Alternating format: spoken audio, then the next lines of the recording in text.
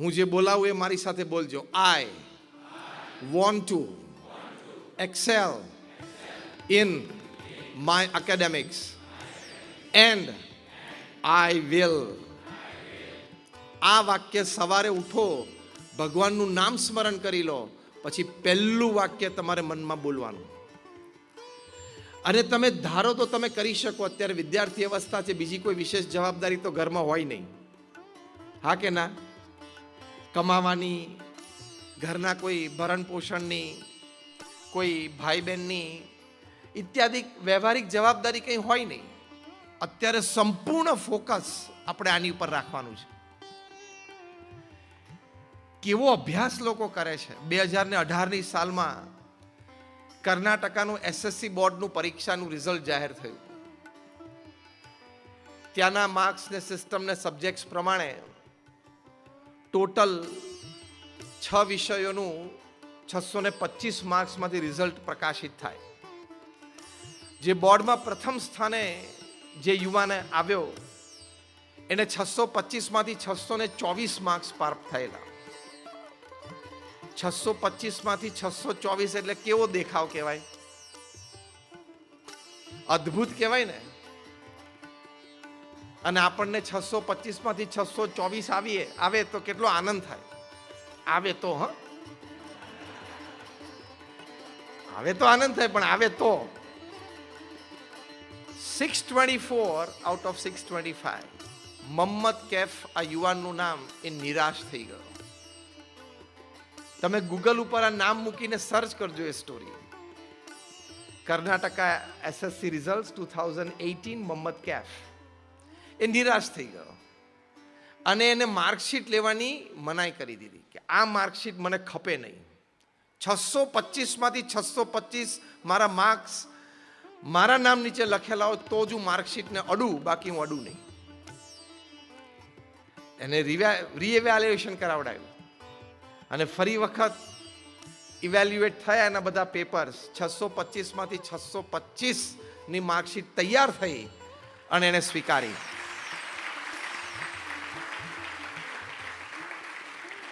આ તાલી પાડી એટલે 80, 85, 90% તો તમારે તૈયારી રાખવી પડે. હા, તો આ તાલીનો અર્થ છે. એટલે excellence in academics you celebrate your year 2024 as a student. પછી તમારી માટે જે ઓપોર્ચ્યુનિટીઝ ખુલે, તમને જે પોસિબિલિટીઝ તમારી સામે દેખાય, એ તમારી કલ્પના બહારની વાત છે, પણ મહેનત કરવી પડે.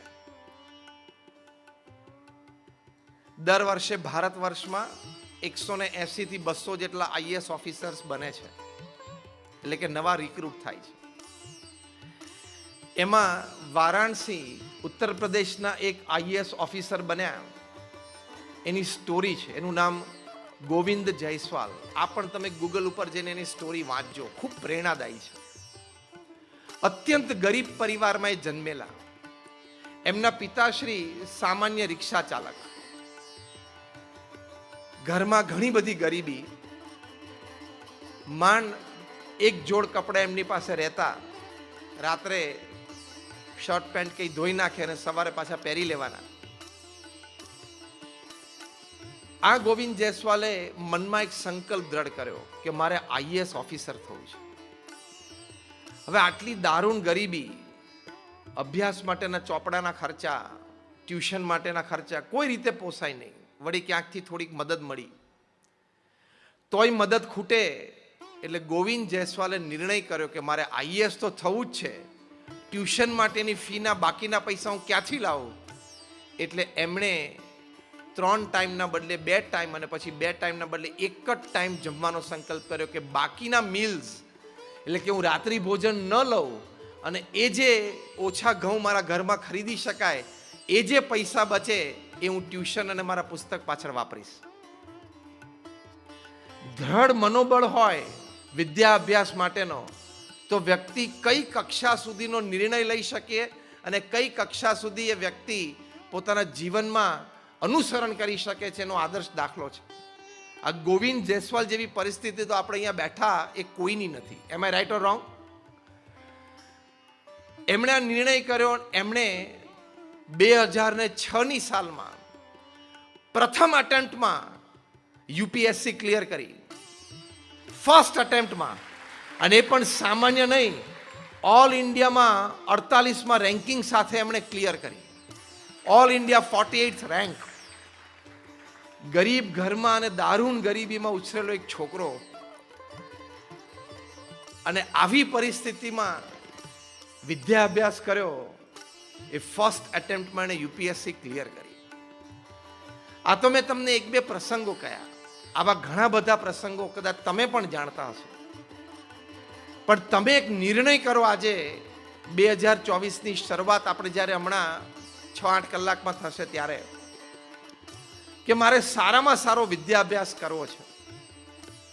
તમે સારો વિદ્યાભ્યાસ કરો, મેં કહ્યું એમ opportunities and possibilities innumerable, unbelievable, vast. પૃથ્વી પર એવા પણ લોકો જીવે છે કે જેનો મહિને 5 કરોડનો પગાર હોય, મહિને 10 કરોડનો પગાર હોય, મહિને 25 કરોડનો પગાર હોય, મહિને 50 કરોડનો પગાર હોય, મહિને 100 કરોડનો પગાર હોય. એવી વ્યક્તિઓ પણ પૃથ્વી ઉપર જીવે છે. આ હું પૂર્ણ જાગ્રત અવસ્થામાં બોલું છું. તમે વિચાર તો કરો, મહિને 25-50 કરોડનો પગાર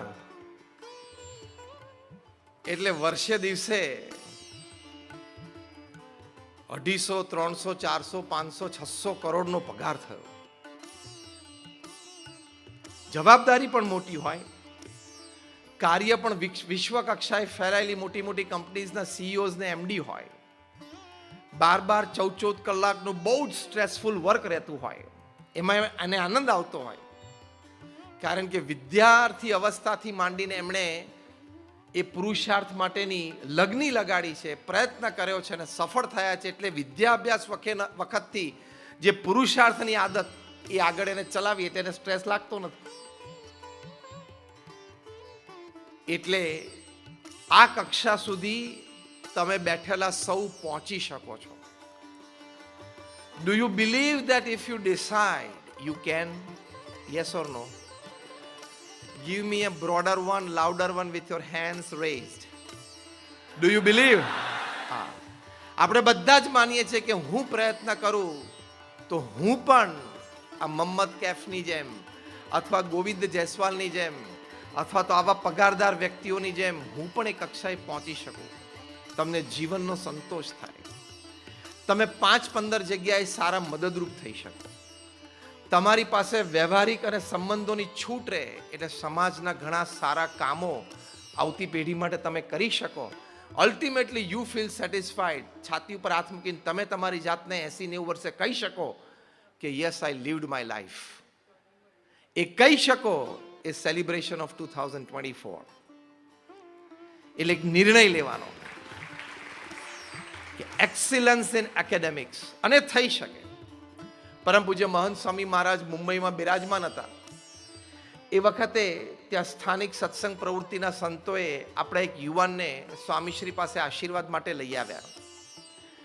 10મા અને 12મા ધોરણમાં એનો દેખાવ ખૂબ સારો, પણ નીટની એક્ઝામ નજીક આવતી હતી, ખબર નહીં એને એક કોમ્પ્લેક્સ ડેવલપ થયો, એક ફિયર ડેવલપ થઈ કે હું ક્લિયર કરી શકીશ કે નહીં, સારો દેખાવ કરી શકીશ કે નહીં. એટલે એક ફિયર ઘૂસી ગઈ હતી મનમાં.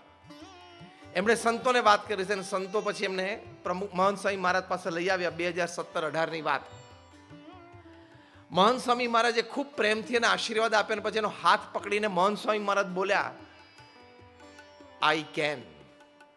એ યુવક પાસે રિપીટ કરાવડાવ્યું કે તું બોલ કે આઈ કેન.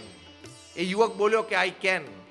મહંત સ્વામી મહારાજે કીધું કે તારે રોજ પોતાની જાતને આ દ્રઢતા કરાવવી. અને એ યુવાનને એ મુલાકાતથી, એ પ્રેરણાથી એને મનોબળ દ્રઢ થયું. હી decided that he can and he did. સારી રીતે એને નીટ ક્લિયર કરી. તો જો આપણને આવા મહાપુરુષો પાસેથી પણ બળ છે, હિંમત છે, અને ભારત દુનિયાનો સૌથી યુવા દેશ છે, આપણે ધારીએ તો શું ન કરી શકીએ. 73 વર્ષે આપણા પ્રધાનમંત્રી પણ યુવાને શરમાવે એવી શક્તિથી જો કામ કરતા હોય તો આપણે તો ખરેખર યુવાન છીએ.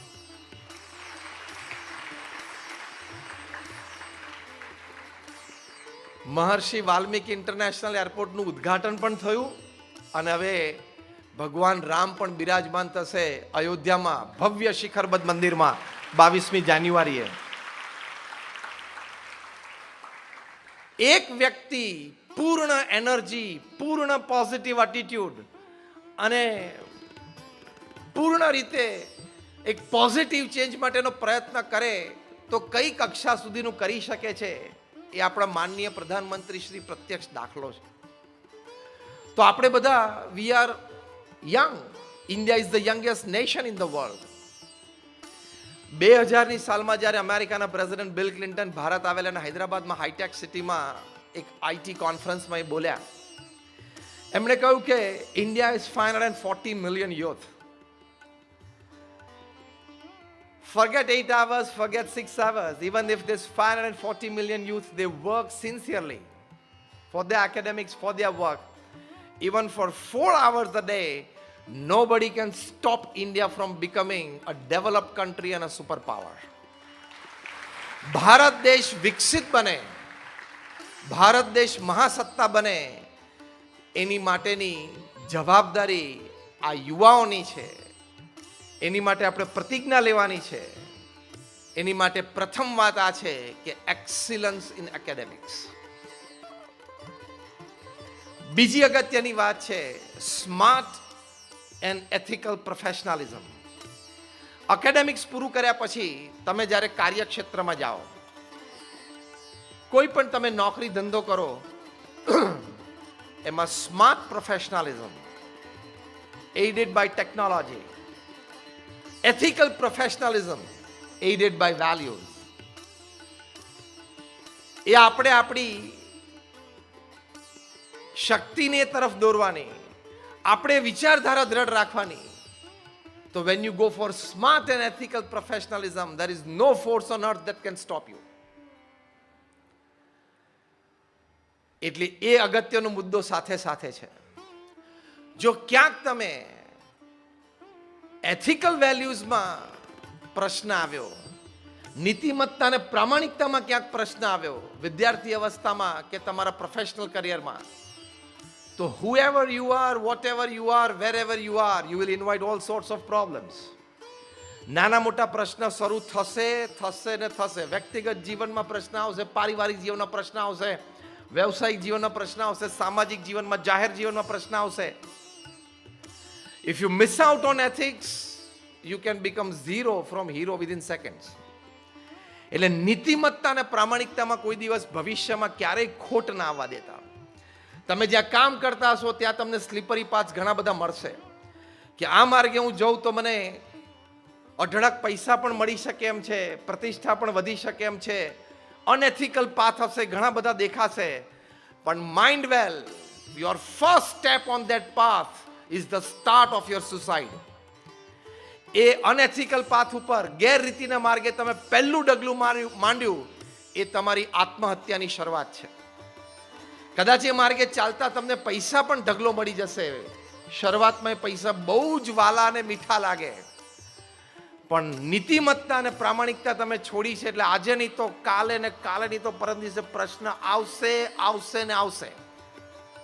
ઈડીથી માંડીને સીબીઆઈ સુધીના હાથ લાંબા છે ને એના કરતા વોટ્સએપ ને સોશિયલ મીડિયાના હાથ વધારે લાંબા ને મજબૂત છે. એટલે એ કોઈ રોકી શકશે નહીં. પ્રમુખ સ્વામી મહારાજ આ વાત ખૂબ સારી રીતે સમજાવતા એમના શબ્દોમાં કહેતા કે નીતિમત્તા અને પ્રામાણિકતા એટલે કે નિયમ ધર્મ મૂકીને કોઈ કાર્ય ક્યારેય ન કરવું. તમારી પાસે ભવિષ્યમાં સારા અભ્યાસ પછી સારા પ્રોજેક્ટ્સ આવશે, તમે લીડ કરશો, પણ ક્યાંય અનએથિકલ પ્રેક્ટિસીસની શરૂઆત થાય ત્યારે અટકી જજો. આ તમારી માટે અત્યારે યંગ એજમાં ગોલ્ડન એડવાઇસ છે કે તમે ત્યાં અટકી જજો, નહીં તો પ્રશ્ન ખૂબ આવશે.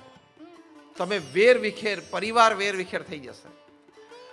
જો જેણે ક્રિકેટના બોલ સાથે ચેડા કરે બધાએ ક્રિકેટ છોડવું પડ્યું કે નહીં? હા કે ના? જેણે બેંક સાથે ચેડા કરે બધાએ ભારત છોડવું પડ્યું કે નહીં? 2-3 જણા લંડન ભાગી ગયા છે, 2-3 જણા કેરેબિયન આઇલેન્ડ છે, બધાને પાછા લાવવાના છે. 2024 એની માટે જ છે.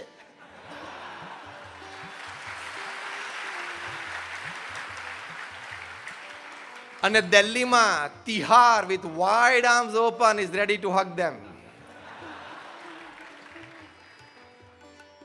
2018ની સાલમાં સાઉથ આફ્રિકા અને ઓસ્ટ્રેલિયા વચ્ચે ક્રિકેટ ટેસ્ટ મેચ ખેલાયેલી. Australia was touring South Africa.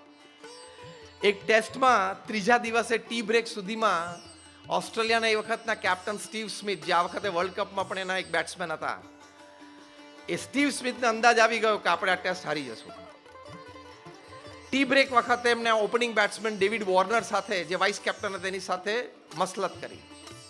જે ડેવિડ વોર્નર ઓસ્ટ્રેલિયામાં ઓપનિંગ બેટ્સમેન વર્લ્ડ કપમાં પણ હતા, કે આ ટેસ્ટ આપણે હારી જઈએ એવું લાગે છે. ત્રીજા દિવસનો ટી બ્રેક હતો, અંદાજ આવી ગયો. એટલે ડેવિડ વોર્નરે કીધું કે આ મને પણ અંદાજ આવી ગયો છે કે આપણે હારી જશું. કરવું શું? જીતવું તો છે જ, હારવા તો ના જ જોઈએ. અનએથિકલ પ્રેક્ટિસ મગજમાં ઘૂસી કે કંઈક ખેલ કરીએ, આપણે હારવું નથી, રમત છે, હારી જવાય. 10 મેચ સળંગ જીત્યા પછી પણ ફાઇનલ હારી શકાય. It's okay, it's okay. અઘરું છે. આપણે અહીંયા બેઠા છીએ, પણ જે વ્યક્તિઓ છે ખેલાડી, એની માટે સ્વીકારવું બહુ જ અઘરું છે. આપણે માની શકીએ ને આપણે હમદર્દીથી એમની સાથે છીએ, પણ એમ કે થઈ શકે, આ જીવન છે. એટલે કંઈક ખેલ કરીએ. શું? તો કે ટી બ્રેક પછી નવો બોલ લઈએ અને આપણે એક પ્લેયરને સિલેક્ટ કરીએ અને ખિસ્સામાં એક સેન્ડ પેપર આપીએ. એની પાસે જ્યારે જ્યારે બોલ આવે ત્યારે એને બોલના સીમની એક બાજુ સેન્ડ પેપર ઘસીને એક બાજુની શાઇન ઘટાડવી, એટલે કે રફ કરી દો, બીજી બાજુ શાઇન હોય. એટલે કેમેરુન બેનક્રોફ્ટને સિલેક્ટ કરવામાં આવે.